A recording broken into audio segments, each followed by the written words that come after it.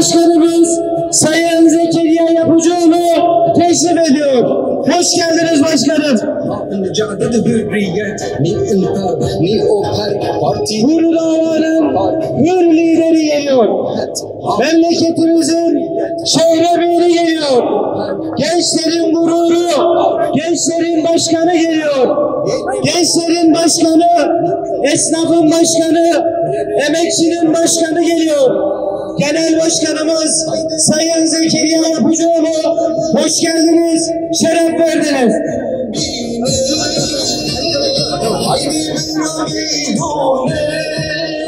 Dürüst siyaset, gerçek adalet şiarıyla yola çıkan hür davanın hür lideri geliyor.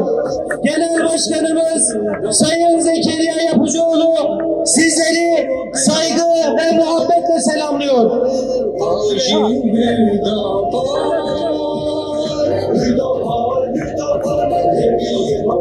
Gençlerin başkanı, kadınlarımızın başkanı, esnafın başkanı, emekçinin başkanı, hür davanın hür lideri, genel başkanımız Sayın Zekeriya Yapıcıoğlu. Davardan geldi işaret. Beni unutma.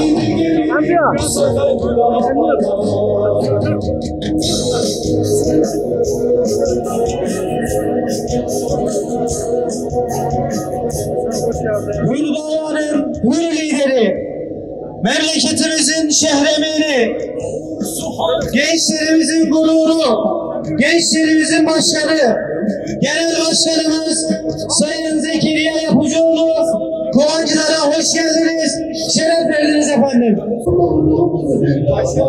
Sen başla.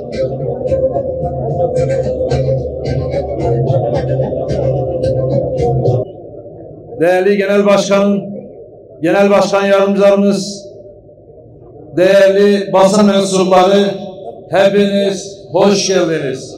Değerli Kovancılar halkı, bay ve bayan bacılarım, hepiniz hoş geldiniz, sefalar getirdiniz.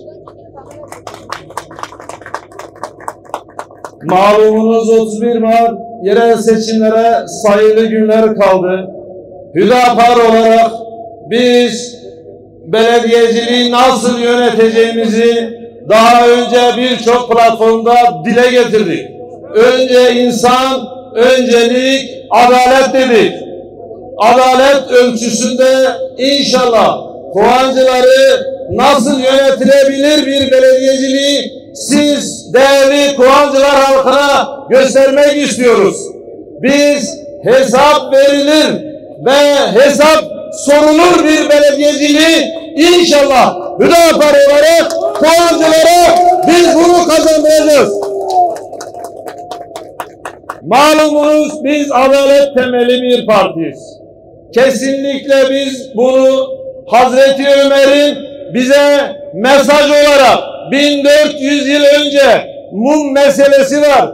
Kendi işi olduğu zaman kendi mumunu yakan ama devletin işi olduğu zaman devletin mumunu yakan bir mesaj bize göndermiş. 1400 yıl önce biz bunu inşallah Kovancılar ilçesinde biz bu mesajı Kovancılar'da halkımıza göstereceğiz.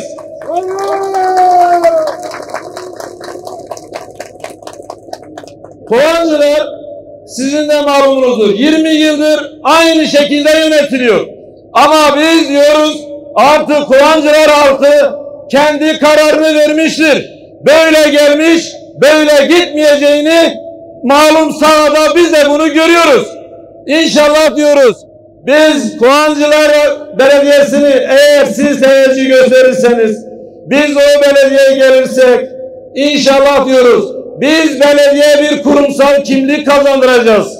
Ve siz Kovancılar halkının sadece bir telefonu bile 15 dakikada hızlı servisimiz sizin ayağınıza gelecek. Bismillah ve elhamdülillah ve salatu ve selamu ala Resulillah. Kıymetli kardeşlerim, muhterem bacılarım, Allah'ın selamı, rahmeti, bereketi, mağfireti hepimizin üzerine olsun. Biz buraya gelince bize dediler ki seçim lokalinin önünde halkla buluşma, sandık ki 15-20 yıl oturacağız, hasbihal edeceğiz. Maşallah siz burayı miting alanına çevirdiniz.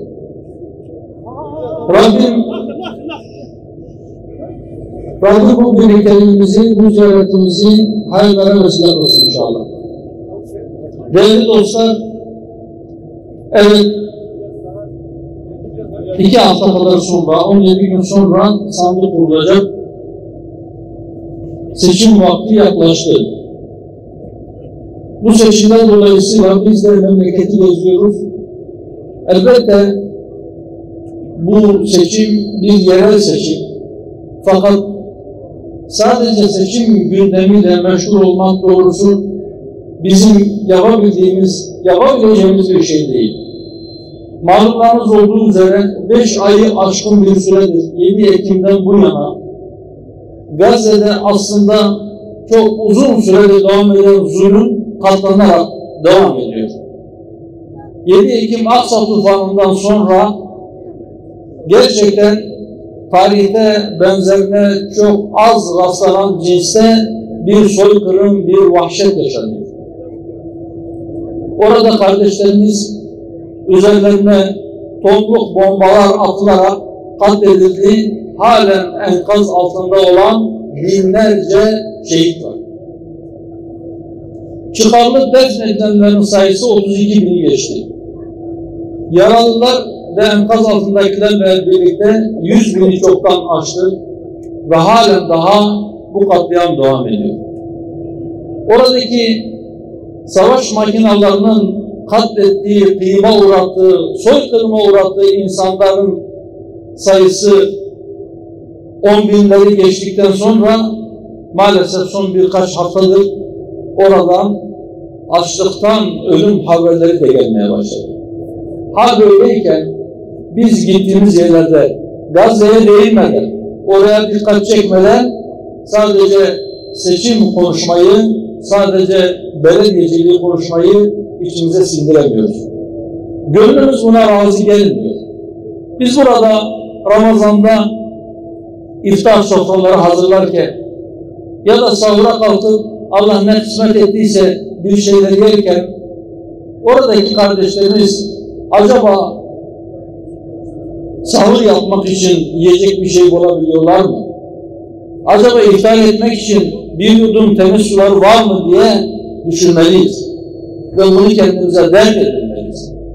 Ve oradaki soykırım, oradaki vahşet, oradaki açlık, oradaki ilaçsızlık, oradaki mahrumiyet bitinceye kadar da bu konuyu asla gündemimizden çıkarmamalıyız ve yapabileceğimiz daha neler var diye sürekli zihnimiz onunla meşgul olmalı, sürekli fiili olarak harekete geçmesi gerekenlerle ilgili bir baskı oluşturmalıyız.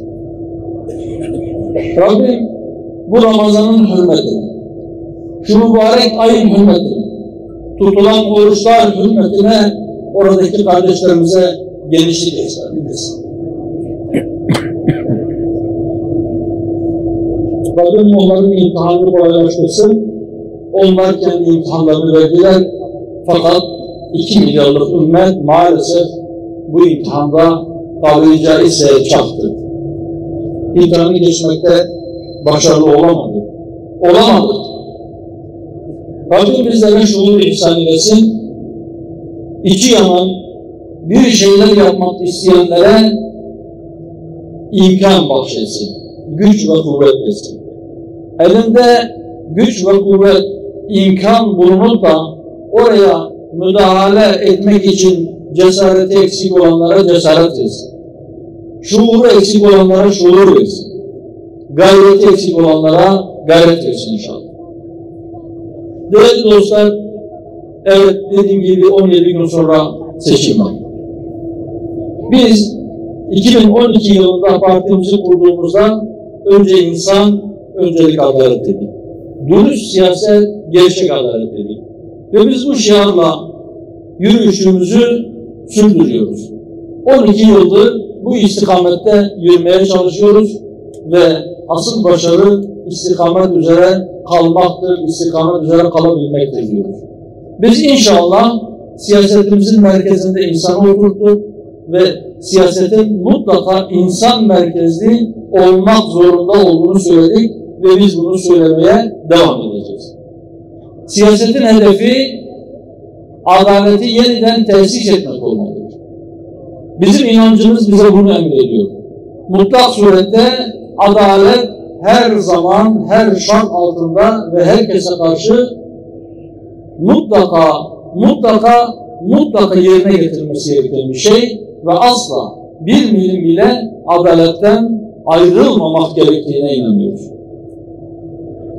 Bizim yönetim anlayışımız, bizim belediyecilik anlayışımızı belki özet olarak birkaç kelimeyle ifade etmek mümkündür.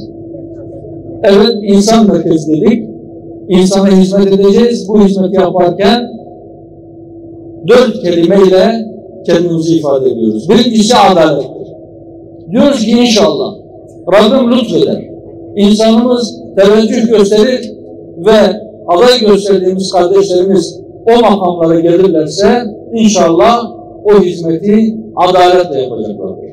Adaletten bir karış ayrıldıklarında mutlaka başkasından önce bizler onu nasıl gerekiyorsa o şekilde ikaz edeceğiz ve tekrar o çizgiye gelmesi, adaletle çalışması, hizmetini yaparken ayrımcılık yapmaması, adam kayırmaması, zulmetmemesi için ne gerekiyorsa onu yapacağız. İkincisi emanet diyoruz. Bizim ikinci kelimemiz. Biz şuna inanıyoruz. Allah-u Teala bize bu canları emanet etmiştir. Allah-u Teala bütün kainatı yaratmış, milyonlarca çeşit mahlukat var, onların arasından emaneti insana teklif etmiş ve insan bu teklif edilen emaneti yüklenmiş. Bizim büyük bir emanet taşıdığımız bilinciyle hareket etme gibi bir mecburiyetimiz var. Bizim hayatımız bize emanet, bizim sahip olduğumuz her şey bize emanettir. Bizim evlatlarımız belki Allah-u Teala onları yaratırken bizim neslimizden onları dünyaya getirmiş ama onlar da bizim imtihanımız, onlar da bize emanettir. Bizim çalışarak kazandığımızı zannettiğimiz, kendi mülkümüz olduğunu zannettiğimiz şeyler aslında Allah-u Teala'nın bize emanet ettiği, bize lütfettiği şeylerdir. Mülkün asıl sahibi odur. Biz emanetçiyiz. Ve şimdi bu seçim zamanında talip olduğumuz bu makamlar eğer milletimiz onu bize emanet ederse bunun da bir emanet olduğu bilincini asla terk etmeyeceğiz. Hiç kimse, hiçbir belediye başkanı, hiçbir meclis üyesi ya da belki atama yoluyla gelen hiçbir kaymakam, hiçbir vali, hiçbir başka bir görevli oturduğu o makamı kendi mülkü olarak göremez. Meşhur sözdür. Mahkeme kadıya mülk değil diye. Evet, o makamlar kimsenin mülkü değildir. Fakat maalesef birileri talip oldukları o makamları eğer kazanırlarsa, seçimler yoluyla oraya otururlarsa kendi mülkleri gibi göreceklerini ilan ediyorlar. Açıktan biz burayı mülk edineceğiz demiyorlar ama birileri çıkıp diyor ki ben belediyeyi kazanırsam filanca parti içeri giremeyecek. Filancalar kapısından giremeyecek. Sen kimsin? Sen ne yapıyorsun? Sen kendine oturmak için bir ev mi alıyorsun? Kendine mesken olarak, konut olarak aldığın bir eve kimi alıp almayacağını sen bileceksin. Ama belediyeler hizmet yeridir. Ve biz diyoruz ki inşallah biz bu zihniyeti mahkum edip belediyeciliğin asıl olması gereken konumu neyse biz o konuma getireceğiz ve bunu birlikte yapacağız. Sizlerle beraber yapacağız. Allah'ın izniyle o emanet bilinciyle hareket eden kardeşlerimiz kendilerine emanet edilen makamın imzasıyla harcanan bütçenin de bir emanet olduğunu bilecek. Ve biz bu konuda hani baştan beri söylüyoruz, diyoruz ki bizim inancımız bizim ölçümüzdür. Bizim ölçümüz İslam'dır. Allah-u Teala'nın bizim için bizden razı olacağı bir hareket tarzı neyse biz o şekilde hareket ederiz. Hayatımızın her alanında bunu böyle yaparız.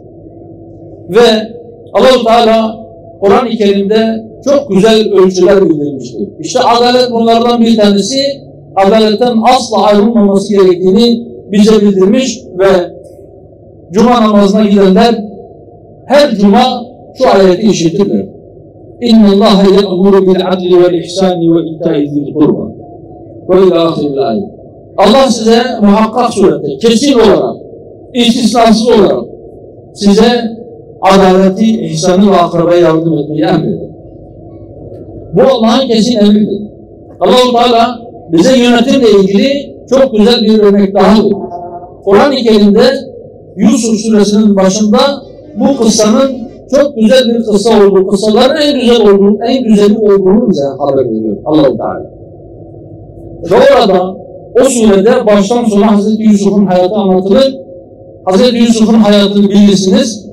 Bir peygamber evladı olarak, Hazreti Yakup'un evladı olarak dünyaya gelir. Ama kardeşlerin ihanetine uğrar, kuyuya atılır.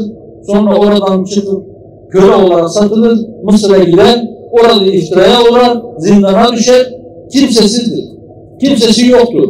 Köledir. Sosyal bir statüsü yoktur. Ama yetmedi, bir de ırz düşmanı olarak damgalanmıştır ve zindana atılmıştır. Ama Allah-u Teala onu oradan çıkarmayı murad etti. Oradan çıkardı, Mısır'ın başına yönetici yaptı. Mısır'ın idaresine ortak etti. Bunu yaparken ona olayları ve rüyaları yorumlama ilmini verdi ve krala bir rüya gösterdi ve bu sayede Yusuf Aleyhisselam zindandan çıktı, Mısır Meliki'nin yanına gitti. Mısır Meliki ona tekliflerde bulundu. Onu kendisine yakın tutmak, ona danışmak istedi. Ama Yusuf Aleyhisselam ondan bir şey istedi. Dedi ki beni hazinelerin başına tayin et. قَالَ جَعَلْنِي عَلَى خَزَائِنِ الْأَرْضِ اِنِّي حَفِيظٌ عَلِيمٌ. Beni hazinelerin başına tayin et. Çünkü ben iyi korurum ve bu işi iyi bilirim dedi. Bakın iki şey söylüyor. Bir, diyor ki ben iyi korurum, iyi muhafaza ederim. Ben bunun muhafızı olurum. Ben bunun koruyucusu olurum. Milletin malını iyi korurum. İki, ben bu işi bilirim. Biz de bunu kendimize örnek aldık. Dedik ki, biz adaylarımızı belirlerken hangi aday çok fazla oy alacak diye bakmadık. Hangi aday sağlamdır? Hangi aday milletin malına sahip çıkacak? Hangi aday milletin malını kendi malından daha iyi koruyacak? Bu bizim birinci önceliğimiz. Öncelikle bizim seçilmek istediğimiz kardeşimiz sağlam olacak, milletin malını koruyacak. Milletin malını muhafaza edecek. Şimdi biz memleketin dört bir tarafını dolaşıyoruz. Biz kimseyi karalamak için söylemiyoruz. O yüzden parti ismi de vermiyoruz. Şunlar şöyledir, bunlar böyledir. Ona gerek yok. Ama şu memleketi dolaşan insanlar ya da şu kameralar aracılığıyla bizim bu sözlerimizi işitecek olanlar şu hakkı teslim edecektir. Memleketin hemen her tarafında çok farklı partilerde siyaset yapan belediye başkanları var. Bunların pek büyük bir çoğunluğunda insanlar şundan şikayetçidir. Burada yolsuzluk var. Burada milletin malı çarçur ediliyor. Burada israf var. Burada rüşvet var. Burada şu var bu var. Bir sürü olumsuzluk sıralanıyor. Olmasa bile millette böyle bir inanç var. Hani meşhur sözdür. Bazı şeylerin şuuru onların hukumundan beterdir. Böyle bir şaya var. Öyleyse bize ne olur diye kendi kendimize sormamız lazım. Ve mutlaka bu işi olması gereken yere çekmemiz lazım. Neresidir orası? Bir, işte söylediğim şey. Eskiden belediye başkanlarına şehrenli diyorlar. Şehrin emeği kişisi. Şehrin malını, şehrin ihtiyaçları için harcanacak olan bütçeyi teslim ettiğimiz kişi. Öyleyse bu işin sağlam olmalı, bunun emanet olduğu bilinciyle hareket etmeli. Evet, 4 kelime dedik, birisi adalet, birisi emanet. Bu emaneti koruyacak olan kardeşlerimizi sizin huzurlarınıza çıkardım. Adil olacaklarına dair itimadımız vardır, kanaatimiz vardır. İnşallah adaletle bu yönetimi ortaya koyacaklar. Ama bunun gerçekleşebilmesi için sizlerin destek vermesi gerekiyor. Diğer 2 kelimemiz ehliyet ve liyakattır. Evet, biz hizmet üreteceğiz. Bu hizmeti üretebilmek için ehliyetli ve liyakatli kişiler işin başına gelecek. Hani biraz önce verdiğim örnekte, Hazreti Yusuf'la ilgili verdiğim örnekte dedim ki orada Hazreti Yusuf 2 gerekçe sunuyor. 1, ben iyi korurum, inni hafiz. 2, ben bu işi bilirim. Bir insanın bütün konularda, her meselede uzman olması mümkün değil. Belediye başkanının hem şehir planlamacılığında hem diğer belediye için gerekli olan bütün alanlarda muhasebesinden imarına kadar, altyapısından suyuna kadar, bütün bu alanlarla ilgili bir kişinin tek başına uzman olmasına gerek yok. Ama milletin malını iyi korursa herhangi bir konuda ihtiyaç neyse o şehrin ihtiyacı onunla ilgili iyi bir uzmanı getirir, o milletin hizmeti için onu istihdam edebilir. İşi ona yaptırır, neyse ücreti verir. Ama milletin malını çarçur etmez, kimseye peşkeş çekmez, israf da etmez. O ehliyetli ve liyakatli insanları getirip onlara görev verir ve inşallah o göreve getirdiği kişiler o milletin ihtiyacı olan hizmeti güzel bir şekilde üretirler, o hizmeti yaparlar.